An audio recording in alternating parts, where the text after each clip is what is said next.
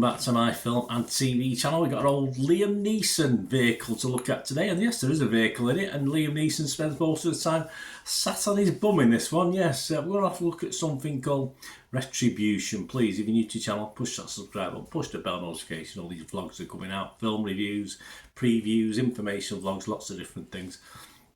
Try and inform and entertain. It's not just about me. I give you other people's opinions as well, and then you can make your own mind up and let me know what you thought. Anyway, if you get to watch this film, it'd be great to hear from you, or anything to do with film and TV. And any likes, thumbs up, guys, much appreciated. Put a little bit of effort into these. It's always nice to get likes, so if you can do that for me, that's wonderful. Right, Retribution, 91 minutes. A drama action thriller directed by Nimrod Antal and written by Chris Salmanpour.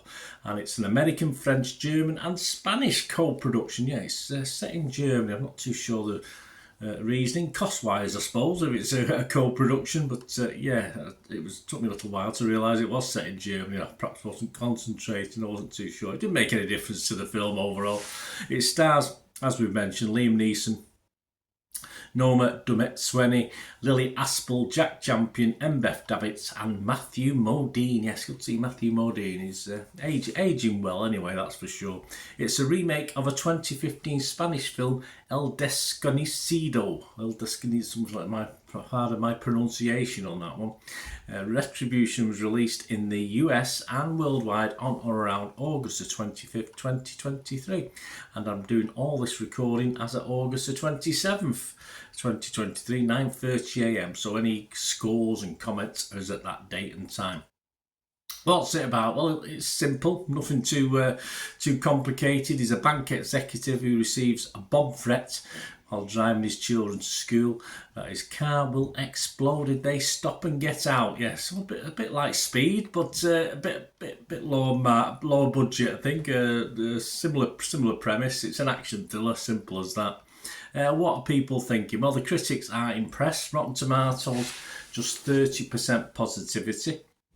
53 critics with an average rating of just 4.6 out of 10. They're not fantastic. So that equates to 16 fresh and 37 rotten. So less than a third thought it was fresh, that's for sure. The rotten, Rex Reed from The Observer, he said, another routine action programmer, doubly forgettable because he, Neeson, does the whole thing sitting down. Well, he's knocking on a bit, mate. He's knocking on a bit, Rex. Come on.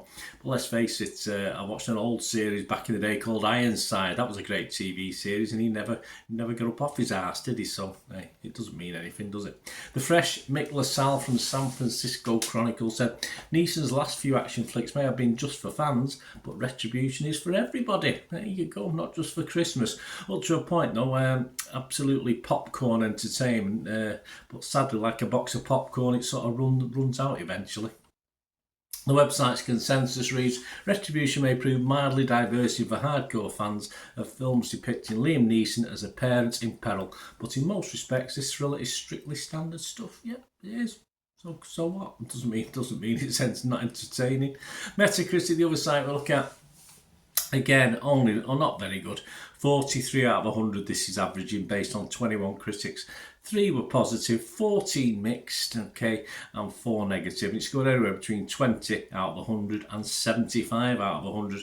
The good was AV Club's Luke Y. Thompson. He gave it 60. He said, unlike Forrest Gump's box of chocolates, yeah, we get to the end of that before the film as well, what you're going to get from this box of travel sweets is usually something you can expect, but that doesn't mean it can't be effectively tasty in the moment. Absolutely. Tasty, say, with a slightly disappointing aftertaste. The bad Roger Ebert Peter Sobocinski gave it 25 out of 100. He didn't like it, did he? Here's a film so devoid of thrills, excitement or purpose that it seems to have been custom made to play in empty multiplexes during the traditionally dead last weeks of summer. I think Peter fell asleep for the first hour or so. I thought it was thoroughly thrilling and exciting, but hey, that's how it is.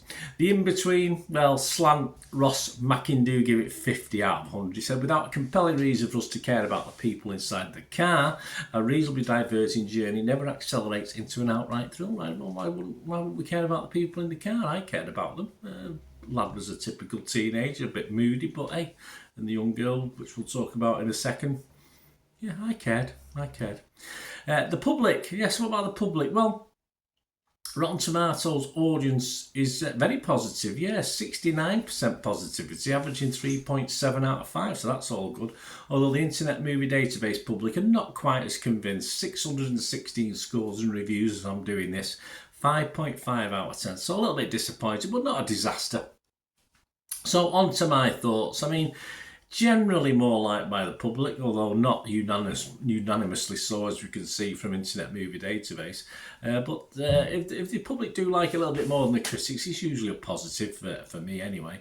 I really went with the flow for this for the first 3/4 of the film. Tried not to think too much about the ins and outs of it, because like any of these films, it's a bit silly at times when you start thinking too deeply. But then got to the last quarter, and the payoff and a twist or two, just all a bit of a letdown for me, which is sad because I was thoroughly entertained. So, as I said, for certainly of the run time, which is fantastic, only 91 minutes. Take out the credits, you're talking an 85-minute film. That'll do for me. That'll do for me all day long. But sadly, for the first 60-70 minutes, I was thoroughly entertained. Not so much by the payoff at the end. Liam Neeson, of course, always watchable for me. I love Liam Neeson. And a great young pair. And yeah, we get back to the younger actors. Jack Champion as the moody teenager and Lily Aspel as his annoying younger sister. Yeah, both very good. And I did care about them, unlike that other critic. So Liam Neeson, Jack Champion, Lily Aspel sort of made this very, very watchable. Not a total letdown by that last 10 or 15 minutes, but yeah, very, very entertaining up to then anyway. So it's like that old box of popcorn that runs out with about a third of a film to go. That was what it was like. A bit disappointing at the end. But my scores, I am going to be positive on Metacritic. I could have been mixed, but I just edged to positive because of that the first part of the film. I am going to be fresh on Rotten Tomatoes, and as far as the score, yeah, I'm going to give it. I probably would have given it a 7.5 for the first hour and 10 minutes.